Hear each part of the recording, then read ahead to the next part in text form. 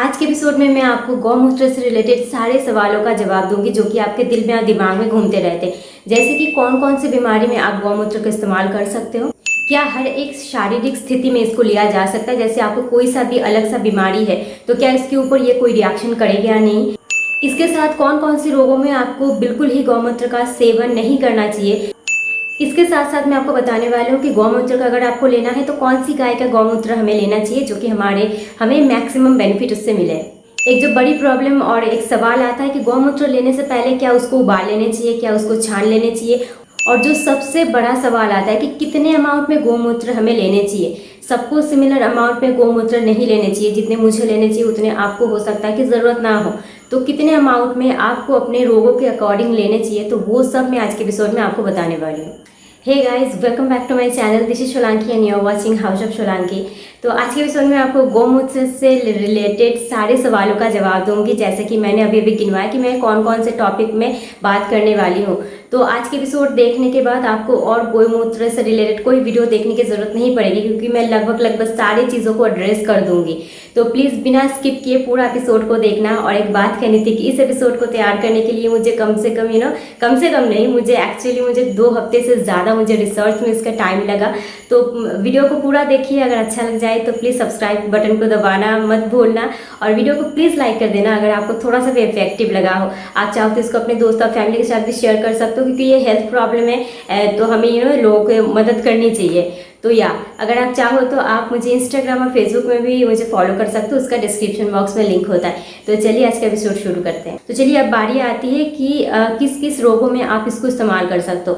पहले नंबर में, जो कि आजकल हर एक बच्चे से लेके बुजुर्ग हर एक इंसान को जो हो रहा है, वो है कॉन्स्टिपेशन, यानी कि उनको पेट साफ नहीं होता। हर रोज़ नहीं होता, या उनको 2-3 दिन छोड़ के होता है, या अगर रोज़ भी होता है तो उनको पेट साफ नहीं होता। ऐसा लग रहता है कि पेट हमारा साफ हुआ ही नहीं, कुछ तो है गंदगी जो कि अभी निकलना बाकी है। तो इस परिस्थिति में आप गौमूत्र का सेवन कर सकते हो। कैसे, वो मैं आपको आखिर में बताऊंगी कि कितने अमाउंट में आपको लेना चाहिए। अगर आप आयुर्वेद की मानो तो गौमूत्र से आप किसी भी किस्म के जॉइंट पेन को आप क्योर कर सकते हो। जैसे आयुर्वेद की मानो तो उसमें लिखा गया है कि किसी भी किस्म के जोड़ों का दर्द यानी कि हम बहुत ज़्यादा समझते हैं कि घुटने का दर्द, पर सिर्फ घुटना ही जोड़ नहीं होता। जैसे ये जोड़ है, ये एक पोर्शन है, इसको भी जोड़ कर सकते हो, इस पोर्शन को भी जोड़ कर सकते हो। तो आपके हड्डियों में जहाँ पर भी आपको जॉइंट पेन है उसको क्योर करने के लिए, और ख़ास करके आर्थराइटिस हमारे आजकल तो मैंने देखा है कि 40 साल से ही आर्थराइटिस लोगों को शुरू हो जाते हैं। घुटने में इतना ज़्यादा उनको प्रॉब्लम हो जाती है कि उनको ऑपरेशन की ज़रूरत पड़ जाती है। तो उस स्थिति में भी आप गौमूत्र के इस्तेमाल से आर्थराइटिस को बिल्कुल सही कर सकते हो। एज यूजुअल, जैसे कि मैंने बोला, मैं अमाउंट कितना लेना है वो मैं सब आपको डिटेल में बताऊँगी।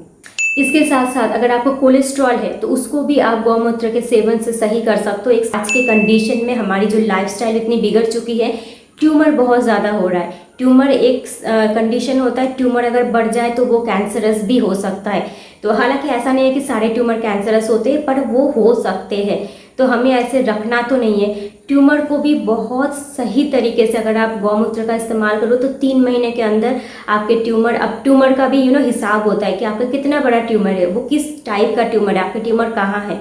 पर एक आप ऐसे बैच लाइन लेके रख सकते हो कि 3 महीने के अंदर ये लगभग आपके ट्यूमर को उस खतरे के लेवल से नीचे उतार लाता है, फिर आपको ये धीरे धीरे क्योर कर देता है। नेक्स्ट जो पॉइंट है, जैसे कि हम सब ने सुना होगा थोड़ा बहुत कि कैंसर जो है, कैंसर को भी गौमूत्र के सही ढंग से सेवन करने से कैंसर को भी क्योर किया जा सकता है। क्या होता है, गौमूत्र में होता है कर्क्यूमिन एक ऐसा एलिमेंट है, एक ऐसा घटक है, अगर आप हिंदी में बोलो तो ये आपके कैंसर कोशिकाओं को, कैंसर सेल्स को मारने में मदद करता है। इसके साथ साथ अगर किसी को पायरिया है, किसी को फैटी लिवर है, या आपके खुद के बॉडी को आपको डिटॉक्स करना है, तो उसके लिए भी आप गौमूत्र का इस्तेमाल कर सकते हैं। इसके साथ साथ बहुत सारे लोगों को यूरिनरी ग्लैंड में प्रॉब्लम हो जाती है, जैसे कि आपके टॉयलेट का सही फ्लो में नहीं आना, या रुक के आना, या बहुत ज़्यादा आना। तो इन सारे स्थिति को बैलेंस करने में भी गौमूत्र बहुत ज़्यादा आपकी हेल्प कर सकता है। इसके साथ साथ जिनको कि बहुत सालों साल से आपको अगर खांसी की प्रॉब्लम है, आपको कॉफ की प्रॉब्लम है जो कि नहीं ठीक हो रही, एक इंसान की ऐसा होता है कि मैंने देखा है वो खांसना शुरू करते हैं तो ख़त्म ही नहीं होता। कम से कम 20-25 मिनट तक वो इस तरीके से खांसते रहते हैं और इससे गला आपका चिर जाता है। तो ऐसे कंडीशन में भी आप गौमूत्र का सेवन करके देख सकते हो, ये बहुत फ़ायदा करता है। तो ये सारे गए हेल्थ प्रॉब्लम। अब थोड़ी सी मैं बात करती हूँ स्किन प्रॉब्लम की, क्योंकि मेरे सारे सब्सक्राइबर स्किन प्रॉब्लम देखने के लिए ही आते हैं। तो स्किन प्रॉब्लम के लिए भी गौमूत्र बहुत ज़्यादा इफेक्टिव है। अगर आपने मेरे एक्ने केयर एपिसोड का थोड़ा सा भी याद कर सको तो मैंने उसमें भी गौमूत्र का मैंने जिक्र किया था कि मैंने अपने एक्ने को क्योर करने के लिए भी उस पर मैंने गौमूत्र का इस्तेमाल किया था टॉपिकली, यानी कि अपने स्किन पे लगाना होता है, तो उस तरीके से भी मैंने इस्तेमाल किया था। अगर आप आयुर्वेद की मानो तो उधर कहा गया है कि किसी भी तरीके की स्किन प्रॉब्लम है, कि इंसानी स्किन में किसी भी तरीके की स्किन प्रॉब्लम में आप गौमूत्र से उसको ठीक कर सकते हो। जैसे मैं कुछ आपको एग्जांपल दूंगी, जैसे कि अगर आपको इचिंग है, सोराइसिस है, एक्जिमा है, सोराइसिस तो काफ़ी बड़ी प्रॉब्लम है, इसके साथ साथ दांत, खाज, खुजली, इन सारे चीज़ों में भी गौमूत्र आपको काफ़ी ज़्यादा मदद कर सकता है। अगर आप उसको टॉपिकली इस्तेमाल करते हो, स्किन के ऊपरी भाग में इस्तेमाल करते हो, तो उससे भी आपको काफ़ी सारे बेनिफिट्स मिलते हैं। एक जो बहुत बड़ी प्रॉब्लम है आजकल काफ़ी लोगों में, आजकल बहुत रैंडम लोगों में दिखने में आ जाता है, बाहर निकलते हो तो एक आध आपको दिखने में मिल ही जाता है, जो कि है वाइटिलिगो यानी कि श्वेत कुष्ठ, जिसको कि आप सफ़ेद दाग के नाम से सब कोई जानते हो। आपको पता ही इसका कोई इलाज इस तरीके से है ही नहीं, पर इसके लिए भी आप गौमूत्र से इसको बाय द वे ये काफ़ी लंबा टॉपिक है। जो वाइटिलिगो है, जो श्वेत कुष्ठ है, इसके लिए आपको गौमूत्र का इस्तेमाल, आपको गौमूत्र का सेवन भी करना पड़ेगा। गौमूत्र को आपको टॉपिकली अपने स्किन में जहाँ भी आपको प्रॉब्लम है उस जगह पे अप्लाई भी करना पड़ेगा। मैंने सोच रखा है इसके लिए मैं एक अलग से एक पर्टिकुलर एक वीडियो लाऊंगी जहाँ पर इसके ऊपर मैं डिटेल में बात करूँगी। तो अब थोड़ी बात कर लेते हैं बात, पित्त और कफ के बारे में, जैसे कि इनमें से कौन सी स्थिति में आप गौमूत्र का इस्तेमाल कर सकते हो, यानी कि उसको सेवन करने के बारे में बात कर रही हूँ, और कौन सी स्थिति में आप गौमूत्र का सेवन नहीं कर सकते। तो पहले बारी आती है बात की। तो अगर आपको बात की प्रॉब्लम है तो आप बिल्कुल गौमूत्र का सेवन कर सकते हो। बात की हर एक प्रॉब्लम को गौमूत्र से आपको बिल्कुल 100% इसके आपको क्योर होगा। नेक्स्ट बारी आती है कफ की। तो अगर आपको कफ की प्रॉब्लम है तो इससे भी गौमूत्र आपको 100% क्योर दिलाता है। जैसे कि मैंने बताया कि खांसी, जुकाम, इस तरीके की काफ़ी सारी चीज़ों से, ये सारे कफ की बढ़ जाने से जो प्रवृत्ति आती है, तो उससे आपको जो भी प्रॉब्लम है गौमूत्र से क्योर हो सकता है। लास्टली आता है पित्त की प्रॉब्लम। तो पित्त की प्रॉब्लम में गौमूत्र को थोड़ा सा संभाल के इस्तेमाल करना बहुत ज़्यादा ज़रूरी है, क्योंकि पित्त में हमारी पेट की गर्मी या आग बहुत ज़्यादा बढ़ जाती है, और जो गौमूत्र की जो साधारण तासीर है वो बहुत ज़्यादा गर्म है। तो अगर आप गर्म चीज़ में एक और गर्म चीज़ डालोगे तो वो रिएक्शन कर सकता है। इसलिए हमें थोड़ा सा सोच समझ के या ध्यान से ही पित्त की प्रॉब्लम में गौमूत्र का इस्तेमाल करना चाहिए। ऐसे तो पित्त की प्रॉब्लम में गौमूत्र का इस्तेमाल ना करना ही सही होता है। मैं इस बार भी सेवन करने के बारे में बात कर रही हूँ, तो ना करना ही सही होता है। फिर भी अगर किसी कारण से आपको पित्त की प्रॉब्लम के साथ साथ भी आपको गौमूत्र लेना पड़ रहा है, तो कुछ चीज़ों में आपको ध्यान देना चाहिए। वो है कि आपको घी का प्रयोग ज़्यादा करना है, ताकि जो आपकी जो पेट की जो चिकनाई है वो बनी रहे, क्योंकि गौमूत्र तासीर बहुत शुष्क होती है, इसलिए आपको घी का सेवन करना बहुत ज़्यादा ज़रूरी होता है। पर कुछ भी करना है, अगर आपको पॉसिबल हो तो पित्त के प्रॉब्लम के लिए आप दूसरे बहुत सारे उपचार है उसको प्रयोग में ला सकते हैं, पर पित्त की प्रॉब्लम में थोड़े से अगर आप गौमूत्र को अवॉइड करते हो तो वही सही रहता है। इसके साथ साथ है कि अगर आपको यूरिक एसिड की प्रॉब्लम है, यूरिक एसिड आपका बढ़ा हुआ है, तो यूरिक एसिड हालांकि ये भी एक पित्त की प्रॉब्लम ही है, तो इस कंडीशन में बिल्कुल जो है उसको कहा गया है नो, यानी कि अगर आपको यूरिक एसिड बढ़ा हुआ है तो बिल्कुल आपको गौमूत्र का सेवन नहीं करना चाहिए, ये आपके शरीर के लिए कुछ खतरनाक हो सकता है। इसके साथ साथ अगर कोई महिला गर्भवती है यानी कि वो प्रेग्नेंट है, तो आप उस स्थिति में भी गौमूत्र का सेवन नहीं कर सकते। नेक्स्ट जिस टॉपिक में बात करने वाली हूँ, जैसे कि कौन सी गाय के गौमूत्र हमें लेना चाहिए, इसके लिए मैं आपको बता दूं, आपको लेने हैं सिर्फ और सिर्फ देसी गाय के ही गौमूत्र। अब गाय के नाम से बहुत लोग कंफ्यूज हो जाते हैं। गाय यानी कि फीमेल काऊ, और जो भी इंडियन ब्रीड का यानी कि जो भारतीय जो नस्ल है उस ब्रीड का हमें गौमूत्र ही लेना चाहिए। अगर आप अदर इधर उधर के गौमूत्र लेते हो, जो बैल का गौमूत्र उसको लेते हो, तो वो इतना ज़्यादा काम नहीं करेगा, क्योंकि गाय की भी बहुत सारे शारीरिक कंडीशन है जो स्थिति में हम उनसे गौमूत्र नहीं ले सकते। जैसे कि कोई गाय अगर बीमार है तो उसका गौमूत्र हमें सेवन करने के लिए नहीं ले सकता, क्योंकि ऑब्वियसली बात है वो खुद ही बीमार है, वो क्या उसके क्योंकि उसके मूत्र में भी फिर इन्फेक्शन हो सकता है। ठीक है। इसके बाद जो प्रेग्नेंट गाय है, यानी कि जिस गाय का बछड़ा होने वाला है, यानी कि प्रेग्नेंट काऊ, उसका भी गौमूत्र हमें नहीं लेना चाहिए। इसके साथ साथ जैसे मैंने प्रेग्नेंट काऊ की बात बोली, इसके साथ साथ जिस गाय की अभी अभी डिलीवरी हुई है, यानी कि अभी अभी उसका बच्चा हुआ है, उस गाय की भी आपको गौमूत्र तुरंत नहीं लेना चाहिए। तो कम से कम जिस गाय की अभी भी डिलीवरी हुई है, उसका अगर गौमूत्र आप लेना चाहते हो तो आपको 40 से 50 दिन का एक गैप देके उसके बाद ही आप ले सकते हो। जिस गाय की तुरंत डिलीवरी हुई है उसका हमें गौमूत्र नहीं लेना है। अब आप सोचोगे कि आपने सारे गायों का मना ही कर दिया कि ये स्थिति में नहीं लेना है, उस स्थिति में नहीं लेना है, तो कौन सी स्थिति का गौमूत्र हम इस्तेमाल कर सकते हैं? इसके लिए आप बछड़े का गौमूत्र इस्तेमाल कर सकते हो। बछड़ा यानी कि जो अभी अभी पैदा हुआ है उसका नहीं, उसको थोड़े दिन जाने दो, जो कि है कि उसका अगर मान लो कि उसको 9 महीने 10 महीने या 1 साल से लेकर 3 से 4 साल की उम्र तक जिस गाय का विवाह नहीं हुआ है, गायों के लिए हम इसी तरीके की लफ्ज़ का प्रयोग कर दें क्योंकि गाय हमारे लिए बहुत एक रिस्पेक्टेबल एक जगह पर है। तो जो कि कुंवारी जो गाय होती है उसका गौमूत्र आयुर्वेद में सर्वश्रेष्ठ कहा गया है। तो 1 से लेके 3 साल की उम्र तक जो जिनकी शादी नहीं हुई है, जिन गौ की, उनकी गौमूत्र का आप इस्तेमाल कर सकते हो। गौमूत्र लेने के बाद हम में से बहुत से लोग बहुत सारी गलती कर देते हैं, लेते हैं उसको तुरंत उसको ऐसे ही पी जाते हैं या अप्लाई कर लेते हैं टॉपिकली, पर आयुर्वेद में इसका भी विधान दिया गया है। ऐसे तो आयुर्वेद में कहा गया है कि आप ताज़ी गौमूत्र का ही इस्तेमाल करो। आजकल हालांकि अर्क आ चुका है। बाय द वे में अर्क और गौमूत्र के बीच में जो डिफरेंस है ना, लोगों को लगता है कि जो अर्क मिलता है, जो गौमूत्र अर्क मिलता है वो गौमूत्र है, जो कि सही बात नहीं है। गौमूत्र अर्क अलग होता है और गौमूत्र अलग होता है। हालांकि दोनों ही काम करते हैं, ऐसा नहीं है कि ये खराब है। तो वो मैं आगे आती हूँ कि ये क्या है, क्यों है। तो जो है आयुर्वेद में ऑब्वियसली उन्होंने ताज़ी गौमूत्र की ही बात की होगी। अब बारी आती है कि इसको हम शुद्ध कैसे करें। तो आयुर्वेद में साफ साफ तरीके से इसका भी नियम बताया गया है कि अगर आप ताज़ी गौमूत्र ले रहे हो, आपको उसको 7 परत में उसको छानना बहुत ज़्यादा ज़रूरी है।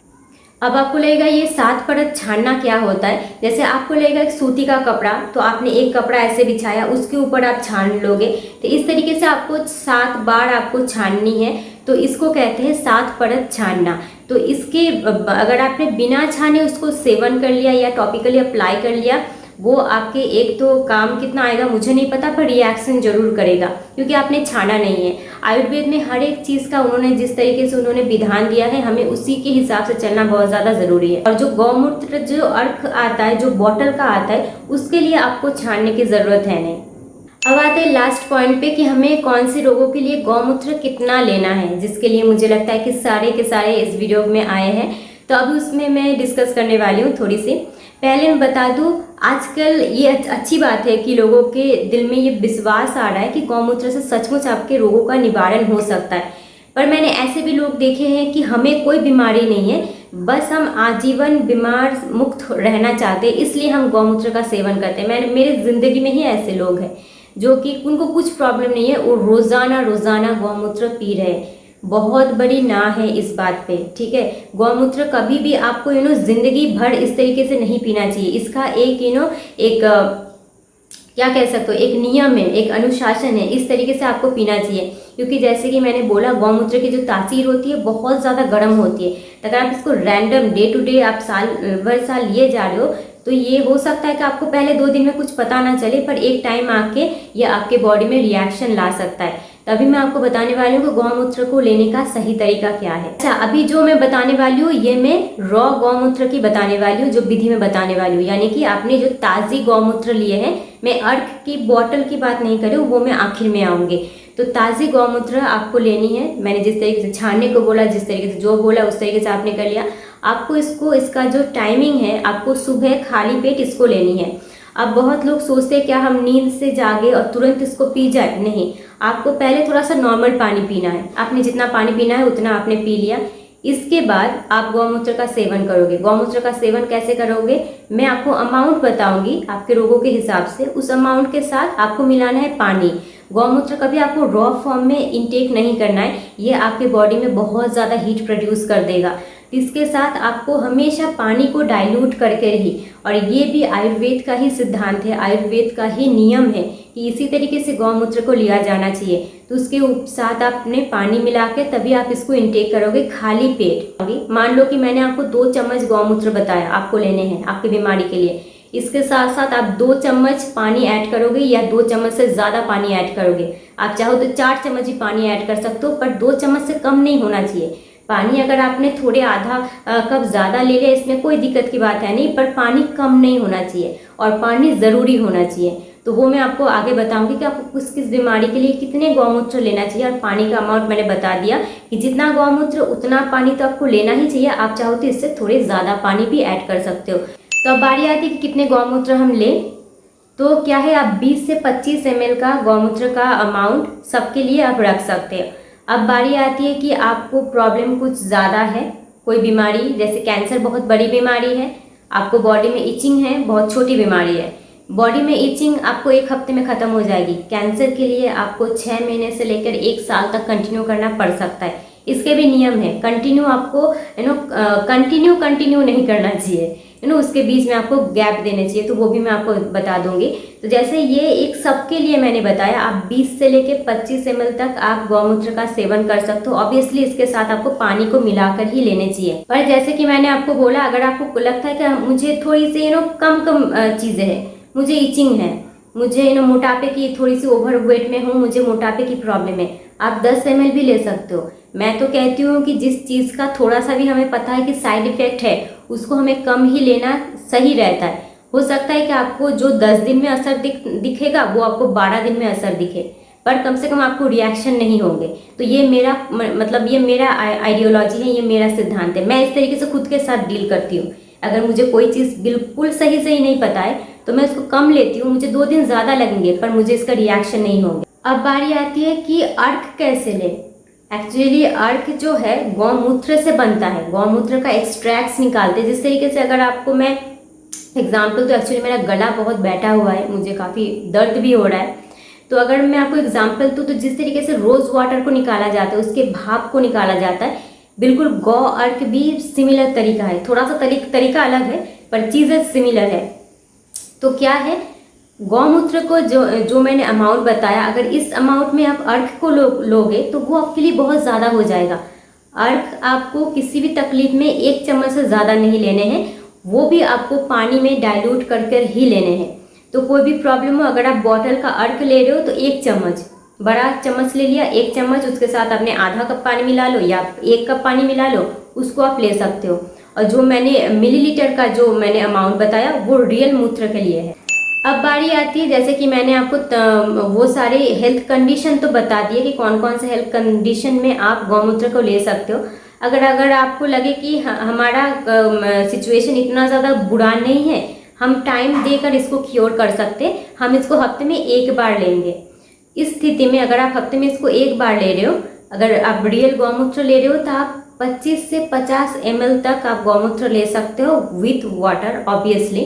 तो पानी के साथ मिक्स करके आप 25 से लेकर 50 ml तक गौमूत्र हफ्ते में 1 बार की मैं बात कर रही हूँ। तो सारी चीज़ों को थोड़ा ध्यान से सुनना और ध्यान से समझना। वो मैंने रोज़ाना की बात की, ये मैंने हफ्ते की बात कर रही हूँ, 25 से लेकर 50 ml तक विथ वाटर। ठीक है, अगर आप हफ्ते में 1 बार करो, आपको छोटा मोटा प्रॉब्लम है, आपको लग रहा है कि इतना ज़्यादा मुझे बॉदर नहीं करता, मैं टाइम लेकर इसको क्योर कर सकती हूँ। अगर आप इस स्थिति में भी अर्क का ले रहे हो, फिर भी आप 1 चम्मच से ज़्यादा अर्क नहीं लोगे। हफ्ते में अगर 1 बार भी ले रहे हो, आपको कम बीमार हो आप, तो भी आप 1 चम्मच से ज़्यादा अर्क का नहीं लोगे। उसके साथ भी पानी मिलाकर ही आपको इस्तेमाल करना है। अगर कैंसर की बात आती है तो लोग समझ नहीं पाते कि हमें कितने टाइम तक इसको इस्तेमाल करना चाहिए।